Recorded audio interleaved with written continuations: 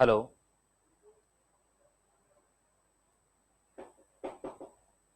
Hello students, आप सभी का एक बार फिर से बहुत बहुत स्वागत है। आज के इस लेक्चर में अपन बात करने वाले हैं चट्टानों को लेके। सबसे पहले बात करते हैं चट्टानों के बारे में। तो चट्टान बेसिकली क्या है? चट्टान बेसिकली क्या है? सिंपली आप सब जानते हैं कि मृदा का जो निर्माण हुआ है वो चट्टानों से ही होता है। तो इस वीडियो में आप कंप्लीटली जानेंगे कि चट्टान होते क्या है और उनसे किस टाइप से आपकी मृदा का निर्माण होता है। चलिए बात करते हैं सबसे पहले चट्टान की। देखिए, चट्टान जो है उससे आपकी मृदा का निर्माण हो रहा है।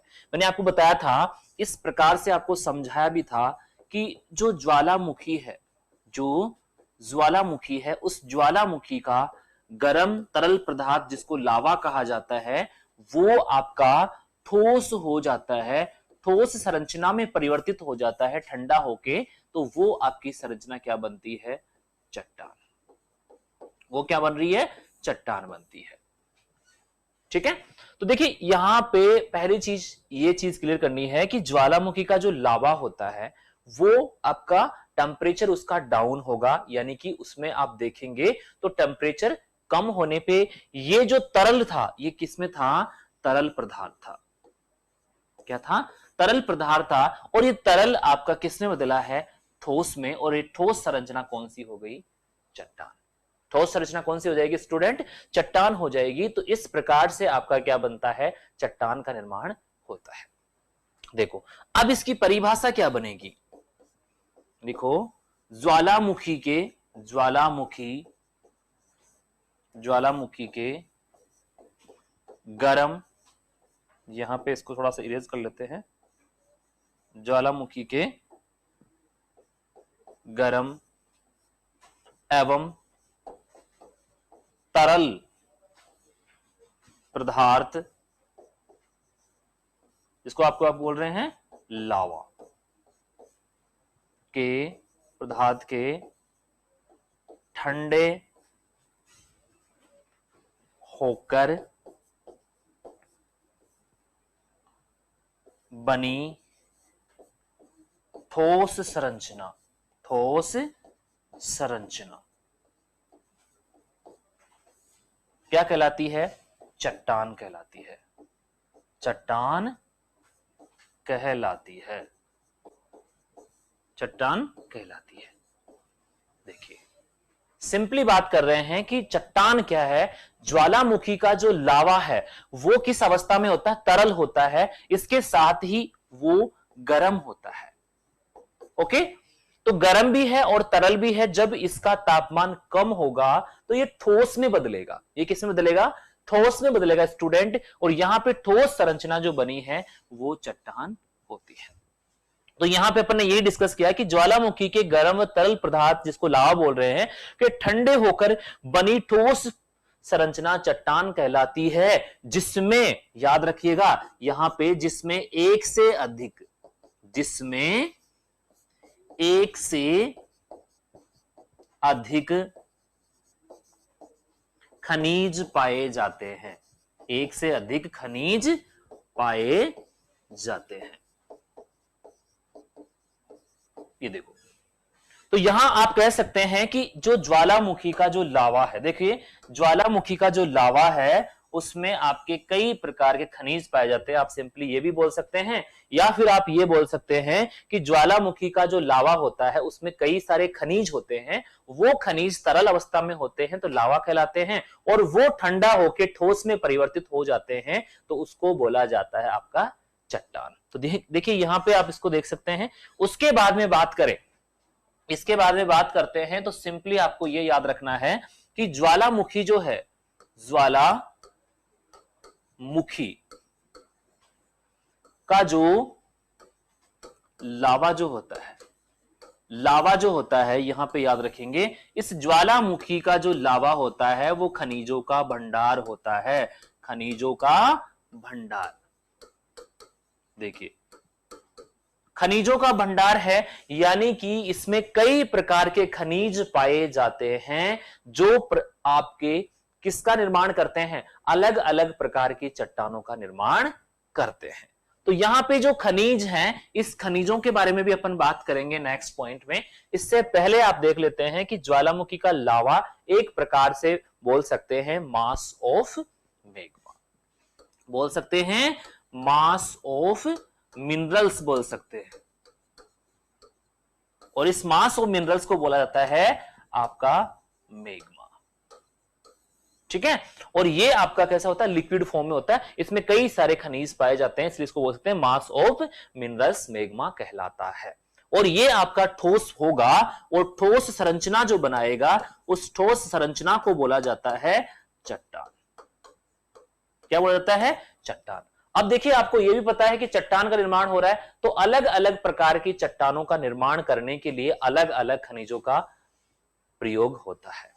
ठीक है, तो देखिए यहां पे बात करते हैं खनिजों का प्रकार, चट्टानों का प्रकार। इसमें देखिए यहां पे सिंपली इस प्रकार समझेंगे, अलग अलग खनिजों के माध्यम से अलग अलग खनिज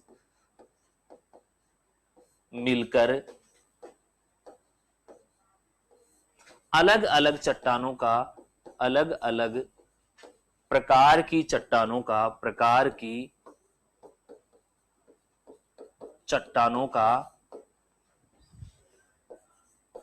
का निर्माण करते हैं। क्या करते हैं, निर्माण करते हैं। ठीक है, अब देखिए यहां पे एक पॉइंट आता है आपका कि चट्टान जो होती है, इन चट्टानों के प्रकार की अगर बात करते हैं स्टूडेंट्स, तो यहां पे 3 प्रकार की आपको चट्टानें दिखाई देती है। पहली आपकी चट्टानें हैं आग्नेय चट्टान।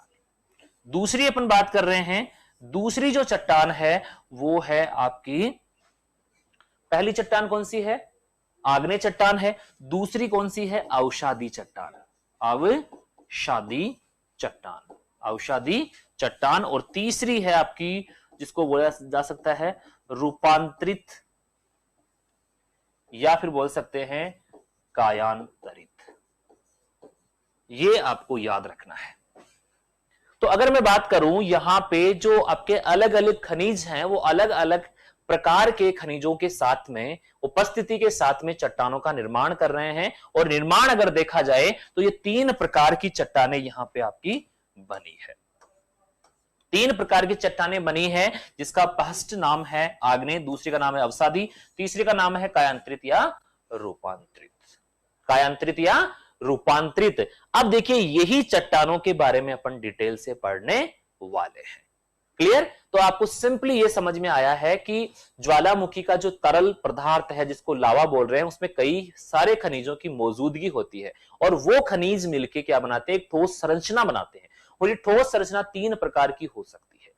ये 3 प्रकार किस आधार पे किए गए हैं, इसकी अपन डिटेल में बात करेंगे। यहां सिर्फ माइंड में इतना सी पॉइंट ऐड करना है कि 3 यहां पे प्रकार हो गए, और ये 3 प्रकार की चट्टानें ही आपकी मृदा का निर्माण करती है।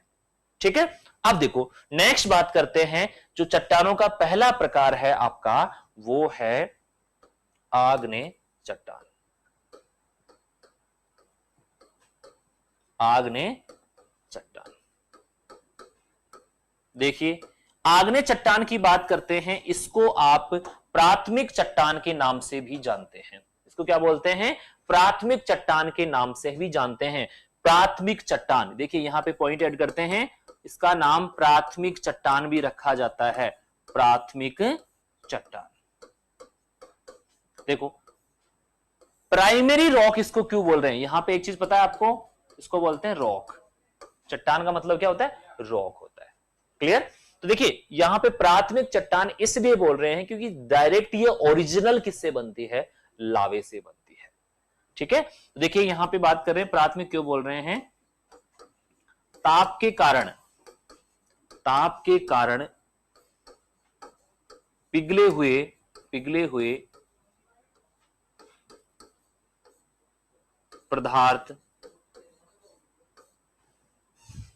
पदार्थ के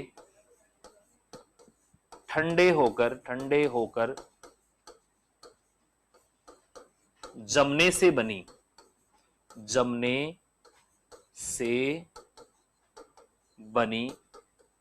चट्टान, यानी सबसे पहली जो फॉर्मेशन हो रही है रॉक की, इसीलिए इसको क्या बोला गया है, प्राथमिक बोला गया है। और प्राथमिक क्यों बोला है, क्योंकि मुख्य रूप से डायरेक्ट जो ओरिजिनल लावा है, ये ताप के कारण पिघला हुआ जो पदार्थ है, इसके सीधे डायरेक्ट जमने से जो बनने वाली जो संरचना है, उसको क्या बोल रहे हैं, आपकी आग्नेय चट्टान बोल रहे हैं।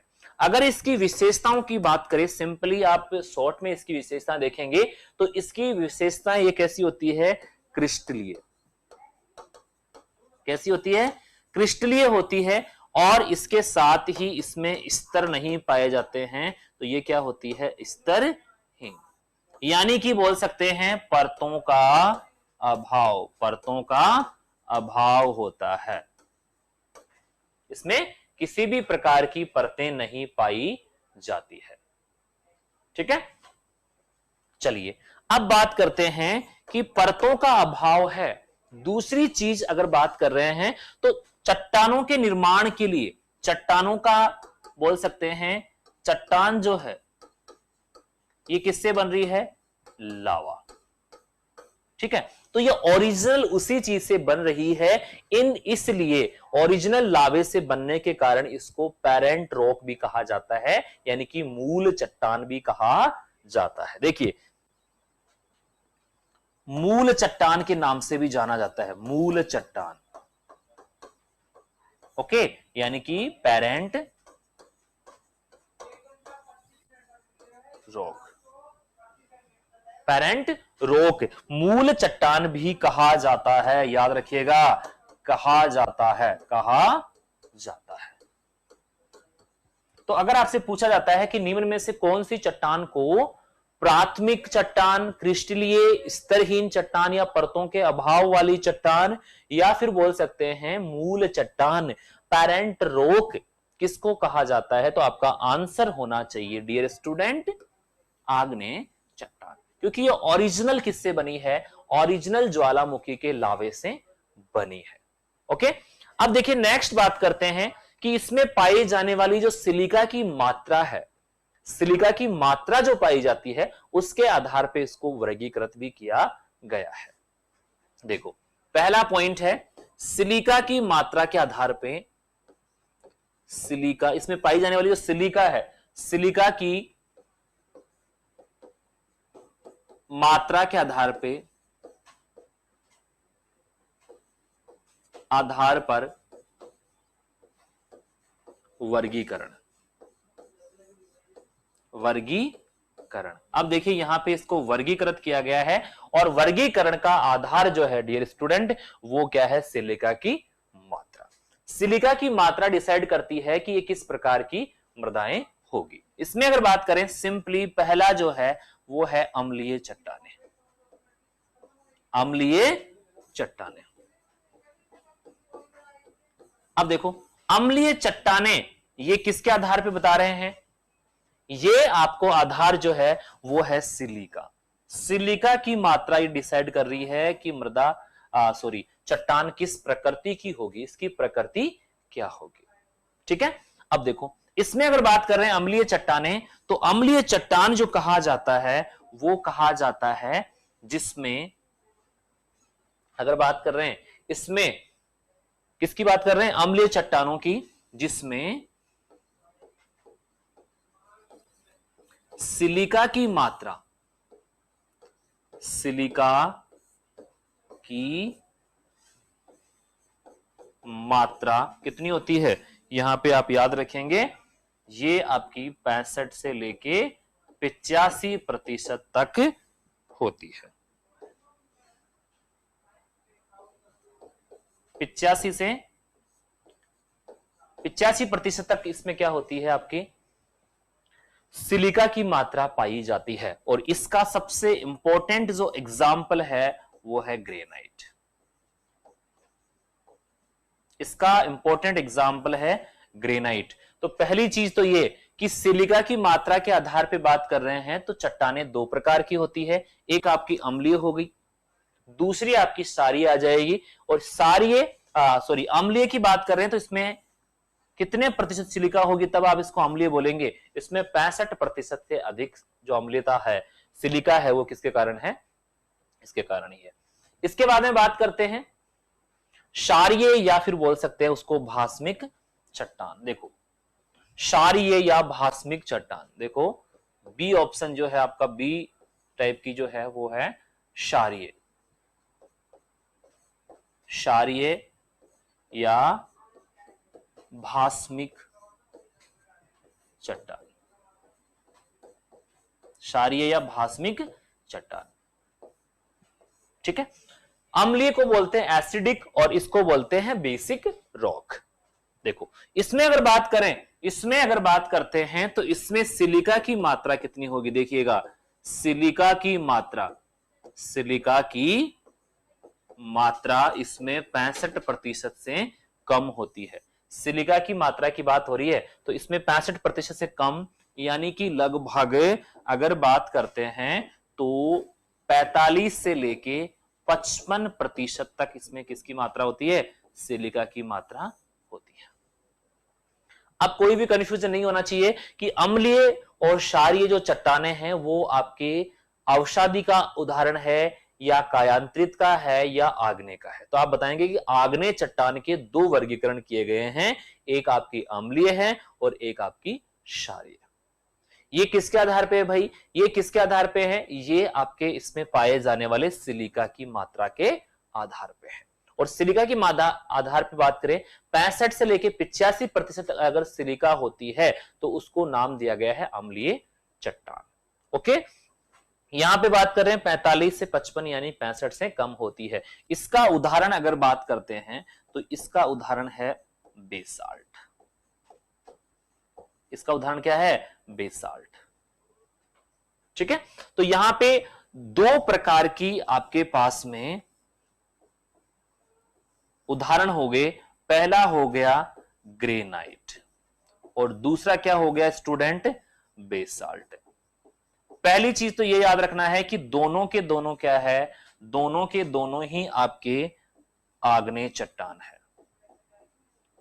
आग्नेय चट्टान है। क्वेश्चन पूछा जाता है निम्न में से आग्नेय चट्टानों का उदाहरण है, तो आप ग्रेनाइट और बेसाल्ट बताएंगे। अगर और भी डीपली क्वेश्चन पूछा जाता है तो उसमें पूछा जाता है कि निम्न आग्नेय चट्टानों में से अम्लीय आग्नेय चट्टान है, तो अम्लीय का उदाहरण कौन सा हो जाएगा फिर भाई, ग्रेनाइट हो जाएगा और ये किसका हो जाएगा, क्षारीय का। क्लियर। तो इस प्रकार से आपकी अम्लीय जो चट्टाने हैं, आग्नेय चट्टानों के ही अम्लीय और क्षारीय दो वर्गीकरण है। चलिए दूसरा बात करते हैं, दूसरी जो चट्टान है वो है अवसादी चट्टान, अवसादी चट्टान।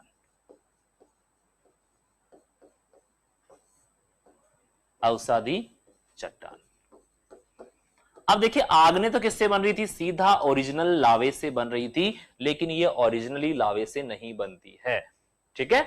इसमें अगर बात कर रहे हैं तो आपके जो प्राथमिक चट्टान है, जिसका नाम क्या दिया गया आपका, अम्लीय चट्टान, सॉरी आग्नेय चट्टान।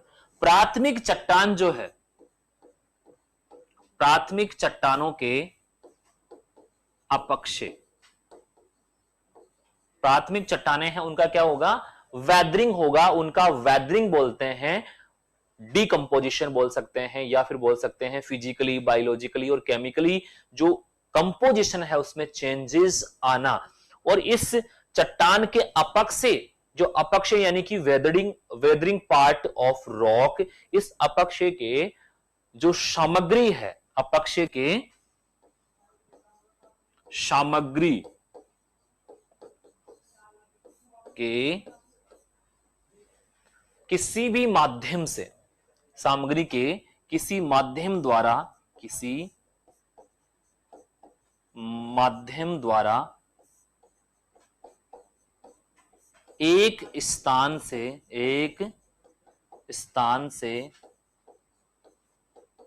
दूसरे स्थान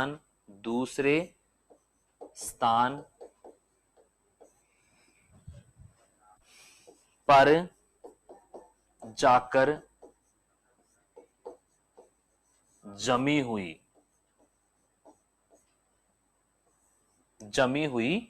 संरचना क्या कहलाती है, अवसादी। यानी इसमें आप चीज को समझ चुके हैं कि आपकी जो प्राथमिक चट्टान है, ठीक है, प्राथमिक चट्टान है, उसमें आपके प्राथमिक चट्टान की जो वेदरिंग हुई है, प्राथमिक चट्टान का क्या हुआ है, अपक्षय हुआ है, वेदरिंग हुआ है। वेदरिंग आपका तीनों प्रकार से हो सकता है, भौतिक, रासायनिक एवं जैविक।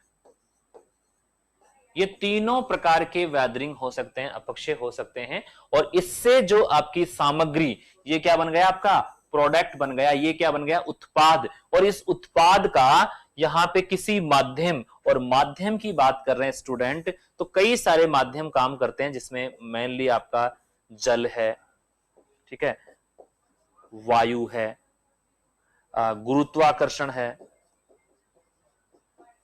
गुरुत्वाकर्षण है, ठीक है। तो ये सारे माध्यम से क्या होगा, एक स्थान से दूसरे स्थान पे जाके ये क्या हो जाएगी, जमा हो जाएगी। और जमा होने के कारण इस प्रकार से ये लगातार आके जमा हो रही है, इस प्रकार से आपकी ये लगातार जमा होती रहती है, ठीक है। तो इसमें अगर आप देखते हैं तो सिंपली आप एक चीज नोटिस करेंगे कि इसमें जमा होने की वजह से परतों को देखा जा सकता है, परतों को देखा जा सकता है। तो इसमें आप लिख सकते हैं कि इस चट्टान में, इस चट्टान की संरचना में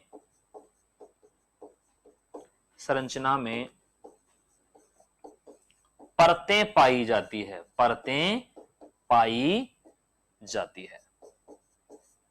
यानी सिंपल सी बात है, कोई भी चीज अगर ओरिजिनल है और उसके बाद में उसका किसी प्रकार से विनाश हो रहा है, भौतिक, रासायनिक या जैविक तरीके से, और उसके बाद में वो लगातार बह के जा रही है किसी ना किसी माध्यम से, और उस माध्यम पे जाके वो जमा हो रही है, जमा इस प्रकार से होगी। तो ये जो प्रकार है, इसमें आप देख रहे हैं, क्लियरली आपको दिख रहा है कि इसमें परतें पाई जाती है। तो इसमें यही चीज पूछी जाती है, एग्जाम में यही चीज पूछी जाती है कि इसमें आपकी परतें पाई जाती है।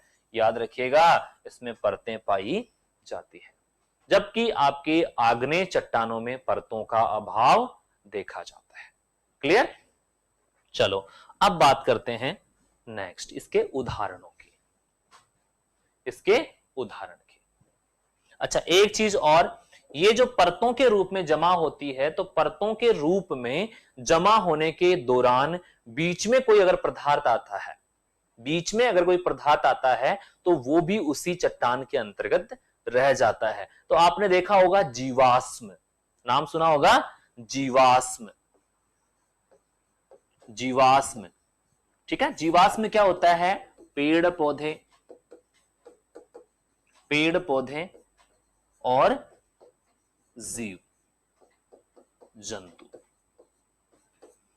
पेड़ पौधे या जीव जंतु, इन परतों के बीच में क्या हो जाते हैं, देखिए यहां पे इस प्रकार से देखेंगे, और यहां पे आपके जो भी पेड़ वगैरह है वो यहां पे आप इसमें जमा हो जाते हैं। और जब आप खुदाई करते हैं या जब आप देखते हैं माइनिंग करते हैं, तो ये इनके बीच में पाए जाते हैं, इसको बोला जाता है जीवाश्म। तो यहां पे परतों के रूप में जो बन रही है, इनके बीच में आपके पेड़ पौधे हैं या जीव जंतु है, इनके अवशेष पाए जाते हैं, जिसको जीवाश्म या फिर इसको बोलते हैं फोसिल।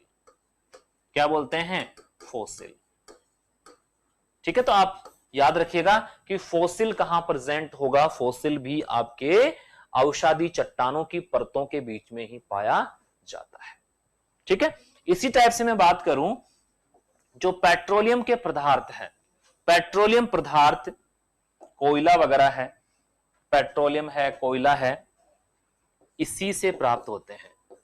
देखो, पेट्रोलियम पदार्थ इन्हीं से प्राप्त होते हैं, इन्हीं चट्टानों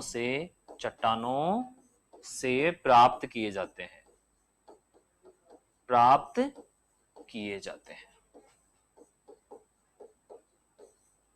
किए जाते हैं। कोई दिक्कत नहीं है। अगर आपसे पूछा जाता है कि जीवाश्म किस में पाया जाता है, आप फटाक से आंसर देंगे भाई अवसादी चट्टानों में पाया जाता है। दूसरी चीज मैं बात कर रहा हूं यहां पे कि पेट्रोलियम पदार्थ, तो पेट्रोलियम पदार्थ भी इन्हीं चट्टानों से पाए जाते हैं, ठीक है। इसके उदाहरणों की बात करते हैं स्टूडेंट, तो उदाहरण के रूप में आप देखेंगे बालू पत्थर, बालू पत्थर, ठीक है। इसी प्रकार से जिप्सम, जिप्सम, ठीक है। तो ये किसके उदाहरण हो गए? आपके अवसादी चट्टानों के उदाहरण है कि इनसे इस प्रकार से परतों का जमाव हो रहा है और जमाव होके क्या बन रही है? आपकी ये परतें बन रही है, ये अवसादी चट्टानों का निर्माण कर रही है। कोई दिक्कत नहीं है। अब नेक्स्ट क्वेश्चन, नेक्स्ट पॉइंट की ओर चलते हैं और नेक्स्ट पॉइंट, थर्ड पार्ट जो है वो है आपकी कायांतरित चट्टानें। देखिए, कायांतरित चट्टानों की बात कर रहे हैं स्टूडेंट, तो यहां पे कायांतरित, कायांतरित बोल सकते हैं या फिर इनको बोला जा सकता है रूपांतरित, कायांतरित या रूपांतरित चट्टान। देखिए, कायांतरित या रूपांतरित चट्टानों की मैं बात करता हूं तो यहां पे आपको सिंपली समझना है कि ये दोनों के चट्टानों के, जो दोनों चट्टानें थी आग्नेय और अवसादी, इनके बीच की होगी और इन्हीं से इसका निर्माण होगा, ठीक है। तो यहां सबसे सिंपल डेफिनेशन अगर आप बताऊं मैं, तो आग्नेय, जो आग्नेय चट्टान है, आग्नेय एवं अवसादी, आग्नेय एवं अवसादी चट्टान,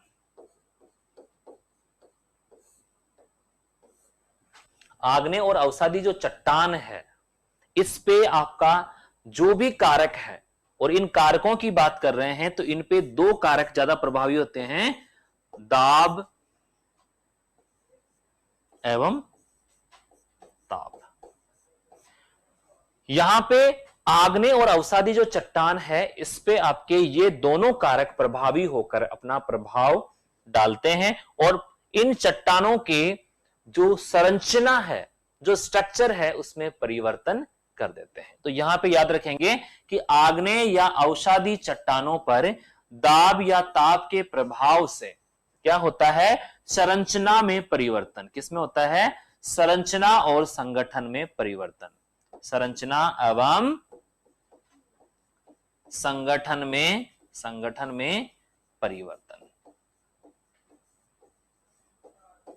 संगठन में क्या होता है? परिवर्तन होता है, और इस परिवर्तन से बनी हुई जो प्रोडक्ट है, इस परिवर्तन से बना हुआ जो उत्पाद है, इसको बोला जाता है आपकी कायांतरित। तो इसमें एक चीज याद रखना, दोनों चट्टानों के गुण पाए जाते हैं, दोनों चट्टानों के गुण पाए जाते हैं, पाए जाते हैं। क्लियर? तो देखियो, यहां पे बात कर रहे हैं कि ये जो चट्टानें हैं, ये जो चट्टानें हैं वो आपकी मुख्य रूप से किससे बन रही है? आपकी दोनों चट्टानों से बन रही है, और ये चट्टानें आपके प्रभाव किस पे डाल रही है? देखो, ये आपके दोनों प्रकार की चट्टानें हैं और इस पे प्रभावी कारक हैं आपके ताप और दाब। तो इस ताप और दाब के प्रभाव से क्या आ जाएगा? इसमें परिवर्तन आ जाएगा, और परिवर्तन की अगर बात करते हैं तो इसकी संरचना बदल जाएगी, इसका संगठन बदल जाएगा, और इसके संगठन में क्या होगा? आपके दोनों के गुण निहित होंगे, क्योंकि दोनों प्रकार की चट्टानें इसके लिए जिम्मेदार है, दोनों प्रकार की चट्टानें इसके लिए जिम्मेदार है इस कार्य के लिए, या दोनों प्रकार की चट्टानों पे आपके दाब और ताप कार्य कर रहे हैं। तो उत्पाद जो बनेगा, आग्नेय से बन रहा है तो इसका संगठन और संरचना चेंज होगी, लेकिन इसमें गुण किसके रहेंगे? आपके आग्नेय के। इसी प्रकार से अवसादी से जो बना है, अवसादी के गुण रहेंगे, इसकी संरचना और संगठन में बदलाव आ जाएगा, ठीक है। और यहां पे याद रखिएगा, एक चीज याद रखिएगा कि ये जो चट्टानें बनती है, ये जो चट्टानें बनती है, ये अवसादी और आग्नेय चट्टानों के ऊपर ताप या दाब के प्रभाव से बनती है। देखिए, अवसादी और आग्नेय,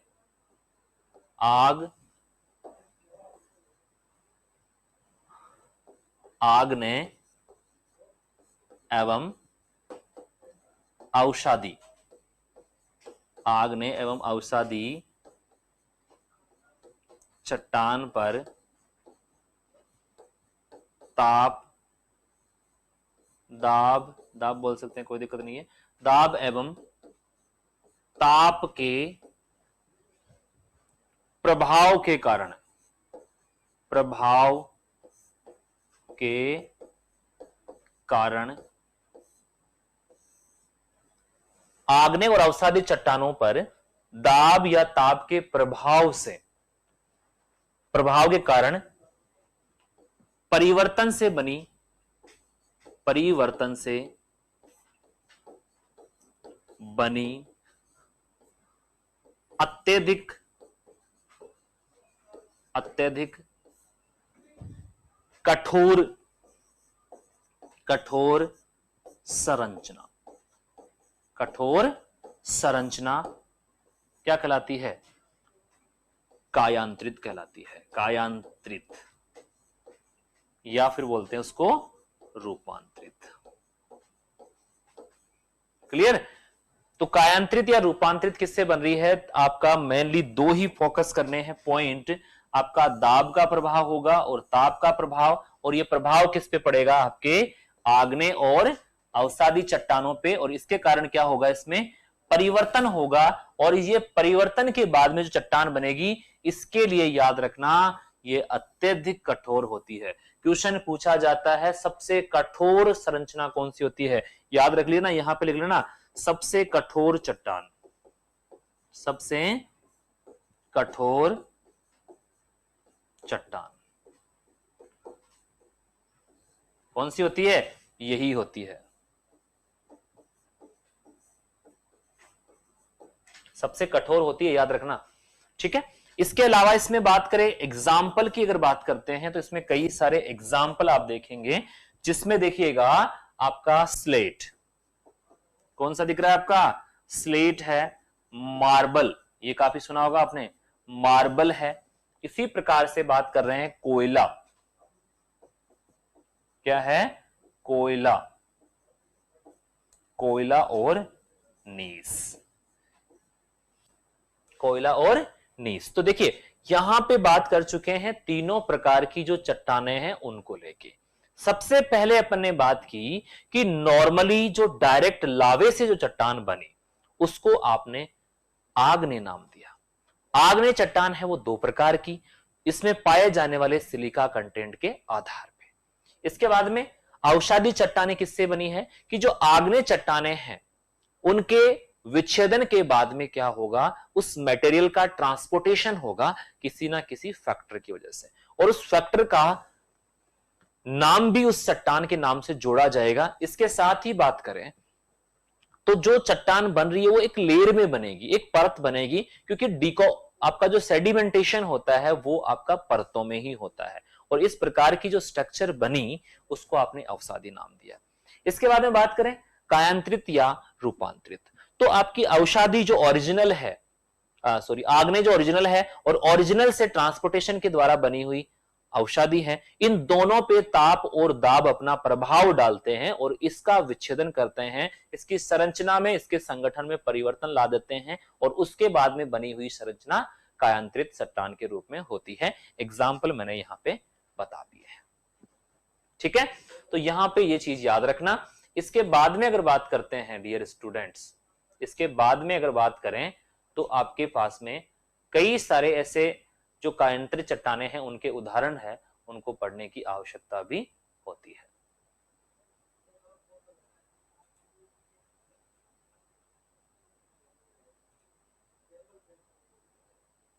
अब देखिए यहां पे बात करते हैं कुछ महत्वपूर्ण कायांतरित चट्टानों के उदाहरण है जिनके बारे में आपको सीधा पूछा जाता है कि जो कायांतरित चट्टानें हैं वो कौन सी चट्टान से बनी है, वो कौन सी चट्टान से बनी है। इस प्रकार के क्वेश्चन आपके एग्जाम में पूछे जाते हैं। देखिएगा पहली चीज बात कर रहे हैं डियर, पहली चट्टान प्रमुख कायांतरित चट्टानें, प्रमुख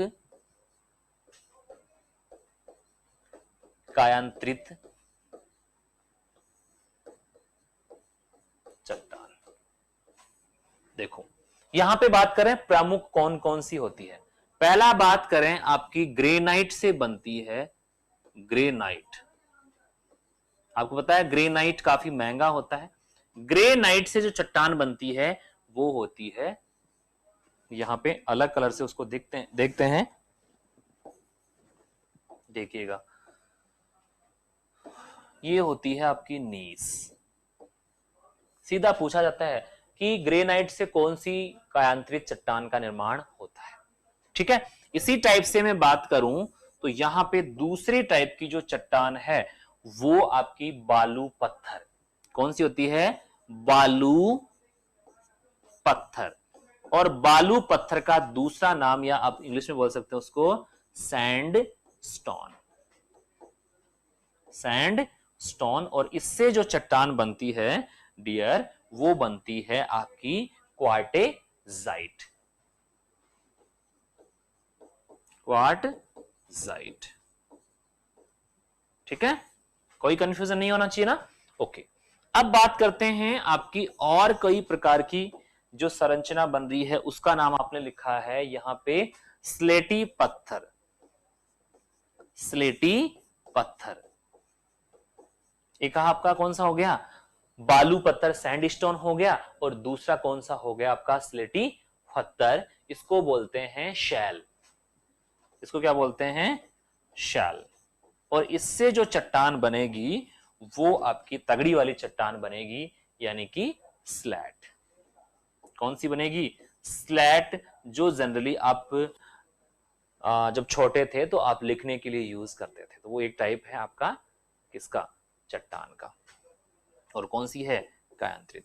इसी प्रकार से मैं बात करता हूं डियर, तो यहां पे देखिए नेक्स्ट जो आ जाती है वो आपकी चट्टान होगी चूना पत्थर। कौन सी होगी? चूना पत्थर। काफी इंपॉर्टेंट है। चूना पत्थर से जो संरचना बनेगी, यानी कि इसको बोलते हैं लाइम स्टोन। Lime stone. और इससे बनेगी वो सबसे अलग होगी। याद रखिएगा कि यहां पे जो संरचना बन रही है वो सबसे अलग होगी, तो इसलिए इसको अलग से ही आप लिखेंगे। यहां पे जो संरचना बनेगी वो बनेगी संगमरमर। संगमरमर। और संगमरमर को हिंदी, ये हिंदी हो गई इसकी, इसको इंग्लिश में बोलते हैं डियर मार्बल। तो जो सॉन्ग है सुनो ना संगमरमर, तो उसको आप ऐसे ही बोल सकते हो कि सुनो ना मार्बल। ओके, देखो यहां पे सबसे इंपॉर्टेंट और सबसे ज्यादा बार पूछे जाने वाला क्वेश्चन है कि संगमरमर का निर्माण कौन सी चट्टान से होता है? तो यहां पे चूना पत्थर से निर्मित हो रही है ये, दाब और ताप के प्रभाव के कारण। ठीक है, इसी प्रकार से बात करूं, एक चट्टान होती है आपकी पीट।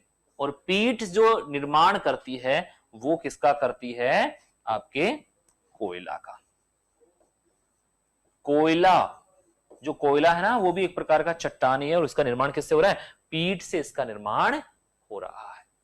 ठीक है, इसी प्रकार से बात करें, लास्ट है आपकी वो आपका माइका। कौन सा है आपका? माइका नहीं, माइका चट्टान का नाम है, या बोल सकते हैं इसको अभ्रक।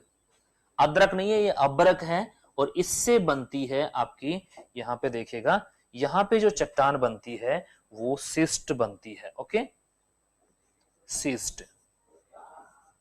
तो ये इंपॉर्टेंट आपकी कायांतरित चट्टानें हैं। इनसे क्वेश्चन किस प्रकार से पूछे जाते हैं कि कौन सी से कौन सी चट्टान का निर्माण होता है? इसमें ग्रेनाइट, बालू पत्थर, स्लेटी पत्थर, चूना पत्थर, पीट और माइका यानी कि अभ्रक। और इनसे बनने वाली जो चट्टानें हैं इनके नाम आपको याद रखने हैं, क्योंकि एग्जाम में यही चीज पूछी जाती है। ठीक है, तो डियर ये आपका कंप्लीट जो पॉइंट होता है चट्टानों से रिलेटेड। चट्टानों से रिलेटेड कोई इश्यू नहीं होना चाहिए। अब नेक्स्ट पॉइंट की बात करते हैं, और नेक्स्ट पॉइंट जो है वो है आपके खनिज। क्योंकि अभी आपने बात की कि चट्टानों का निर्माण कई प्रकार के खनिजों से होते हैं, तो इन कई प्रकार के खनिजों की बात करते हैं, ये क्या होते हैं? अब खनिज किससे प्राप्त होते हैं? ज्वालामुखी से। ज्वालामुखी का जो लावा होता है, ज्वालामुखी का लावा, तो यहां पे इस प्रकार से लिखेंगे कि ज्वालामुखी का लावा कई प्रकार के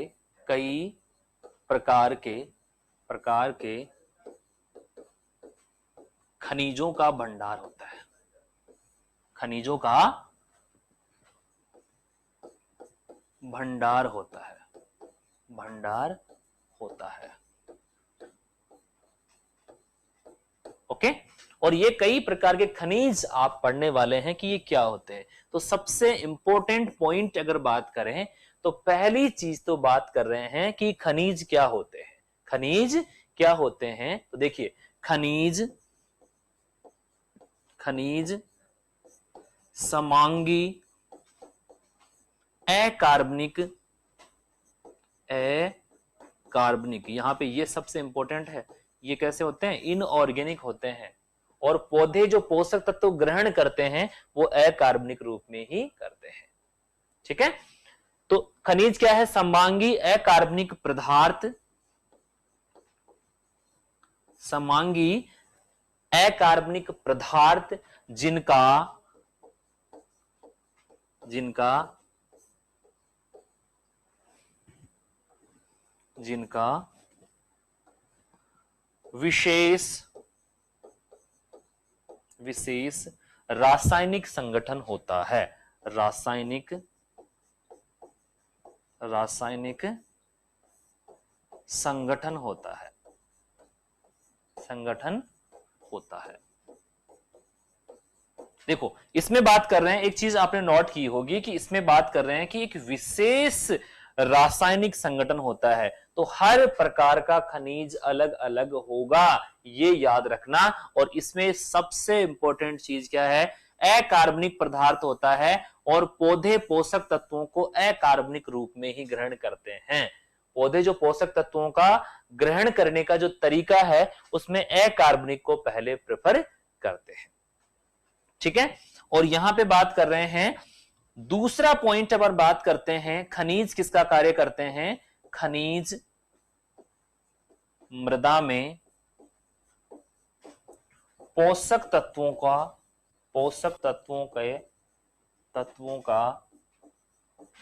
स्रोत होते हैं, स्रोत होते हैं। यानी कि पौधे के लिए जो पोषक तत्व आवश्यक होते हैं उनको मृदा में डालने का, या आप बोल सकते हैं कि मृदा में जो आने का कारण है वो यही कारण होता है क्योंकि खनिज से मृदा का निर्माण हो रहा है, और ये आपके पोषक तत्वों की सप्लाई करने के लिए जिम्मेदार होते हैं। ठीक है, अब देखिए ये खनिज जो होते हैं स्टूडेंट्स, इन खनिजों की बात कर रहे हैं तो यहां पे कई प्रकार के खनिज होते हैं। पहली चीज देखते हैं उत्पत्ति के आधार पे, उत्पत्ति के आधार पर वर्गीकरण,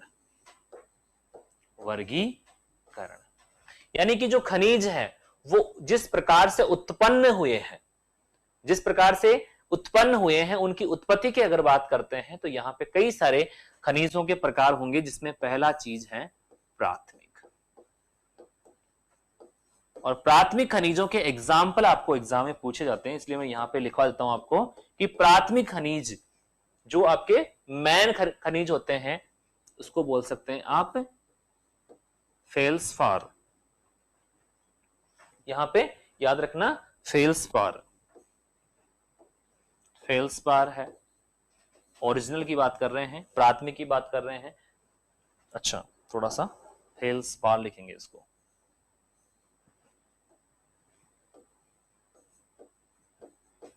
फेल्सपार है।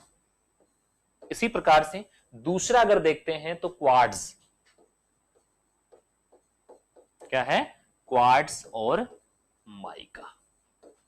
ये याद रखिएगा, यही एग्जाम में पूछा जाता है कि निम्न में से प्राथमिक खनिजों के उदाहरण कौन से हैं, तो आप सिंपली आंसर करेंगे कि आपके फेल्सपार, क्वार्ट्ज और माइका प्राथमिक खनिज होते हैं।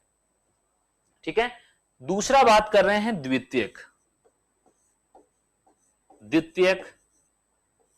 इस द्वितीयक खनिज की बात करते हैं तो इसमें प्राथमिक में जो परिवर्तन आता है उसके फलस्वरूप बनते हैं, जिसमें बात कर रहे हैं डोलोमाइट।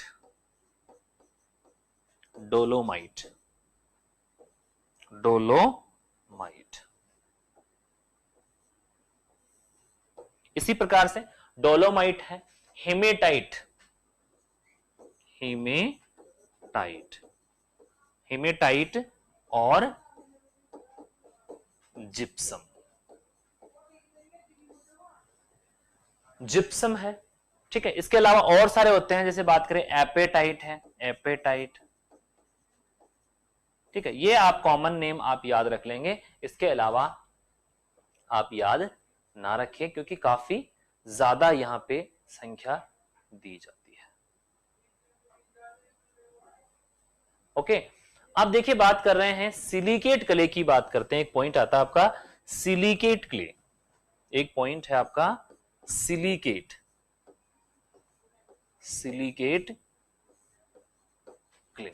और सिलिकेट क्ले की अगर बात करते हैं डियर, तो यहां पे आपके कई सारे हैं, जिसमें बात कर रहे हैं केओलिनाइट है, मोंटमोलोनाइट है और वर्मिकुलाइट। याद रखेंगे केओलिनाइट,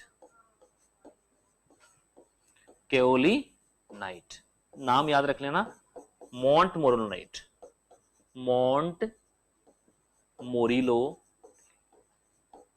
नाइट और वर्मिकुलाइट, वर्मिकुलाइट। और ये सारे के सारे क्या होते हैं, सिलिकेट के क्ले होते हैं। ये क्या होते हैं, सिलिकेट के क्ले होते हैं। और इसमें आपको याद रखना है कि ये कौन कौन से होते हैं, केओलिनाइट है, मोंटमोलोनाइट और वर्मिकुलाइट। ठीक है, अब देखिए आपको एक चीज और याद रखनी है उसके बाद में, कि प्रमुख खनिज होते हैं, प्रमुख खनिज, प्रमुख खनिज। और ये प्रमुख खनिज जो होते हैं डियर, ये कई प्रकार के पोषक तत्वों का काम करते हैं। तो यहां पे आप एक तरफ लिख लेंगे जो मेन इंपॉर्टेंट है खनिज, और इसमें पाए जाने वाले पोषक तत्व, पोषक तत्व। ओके, देखिए सबसे पहले बात करते हैं डियर, तो खनिज आपका जो सबसे पॉपुलर है, जिसमें बात कर रहे हैं जिप्सम। कौन सा है, जिप्सम। जिप्सम में अगर बात करते हैं तो कैल्शियम और सल्फर, कैल्शियम और सल्फर पोषक तत्व ज्यादा पाए जाते हैं। इसी प्रकार से टॉर्मेलिन, टॉर्मेलिन आपका स्रोत होता है बोरोन का। टॉर्मेलिन इस प्रकार से आप मिला लेंगे ताकि आप कंफ्यूज ना हो। टॉर्मेलिन किसका स्रोत होता है, बोरोन का। हेमेटाइट, पॉपुलर पॉपुलर बता रहा हूं, हेमेटाइट। और हेमेटाइट किसका होता है, फेरस का, हेमेटाइट फेरस, हेमेटाइट फेरस। इसी टाइप से बात करें एपेटाइट, एपेटाइट। और एपेटाइट होता है आपका फॉस्फोरस। एपेटाइट किसका होता है, फॉस्फोरस का होता है। ठीक है, इसी प्रकार से बात करें मस्कोवाइट, मस्कोवाइट। और मस्कोवाइट की बात कर रहे हैं तो ये किसका होता है डियर, पोटेशियम का। इसके अलावा एक चीज और लिख लेंगे, बायोटाइट, बायोटाइट। और बायोटाइट होता है Mg का। यही पॉपुलर खनिज हैं, या यही पॉपुलर खनिज जिसमें पोषक तत्व पाए जा रहे हैं, जिनके बारे में आपको एग्जाम में पूछा जाने के जो चांसेस हैं वो ज्यादा होते हैं। ठीक है, एक चीज और पूछ जाती है कभी कभी कि भूपर्पटी, लिथोस्फीयर में कौन कौन से खनिज पाए जाते हैं, तो यहां पे एक पॉइंट और लिख लेंगे, भूपपड़ी, भूपपड़ी में पाए जाने वाले खनिज, पाए जाने वाले प्रमुख खनिज, प्रमुख खनिज। देखिए यहां पे सिंपली बात कर रहे हैं, सबसे इंपॉर्टेंट जो कई बार पूछा जाता है, और इसका याद रखना कि सबसे ज्यादा मात्रा में पाया जाता है फेल्सपार, फेल्सपार, फेल्सपार है सबसे ज्यादा पाया जाता है। उसके बाद में अगर बात करते हैं तो दूसरे नंबर पे आता है आपका क्वार्ट्ज, क्वार्ट्ज। ओके, और सबसे थर्ड नंबर पे आता है माइका। देखिए माइका, अब इनके फेल्सपार की बात करें लगभग 48% होता है, क्वार्ट्ज की बात कर रहे हैं तो क्वार्ट्ज 36% होता है, और माइका की बात करते हैं तो 10%। इसके अलावा आपसे एग्जाम में कुछ भी नहीं पूछा जाता है। याद रखिएगा कि भूपपड़ी अर्थ क्रस्ट में पाए जाने वाले खनिज कौन कौन से होते हैं और ये किस प्रकार से आपके पोषक तत्वों की सप्लाई करते हैं। सो इस लेक्चर में कंप्लीटली आपने जो चट्टान है, खनिज है, उनके बारे में डिटेल से पढ़ा है। चलिए स्टूडेंट, आज के लिए अभी के लिए इतना ही। नेक्स्ट वीडियो में फिर सॉइल साइंस के नए चैप्टर के साथ मिलते हैं। Thank you so much.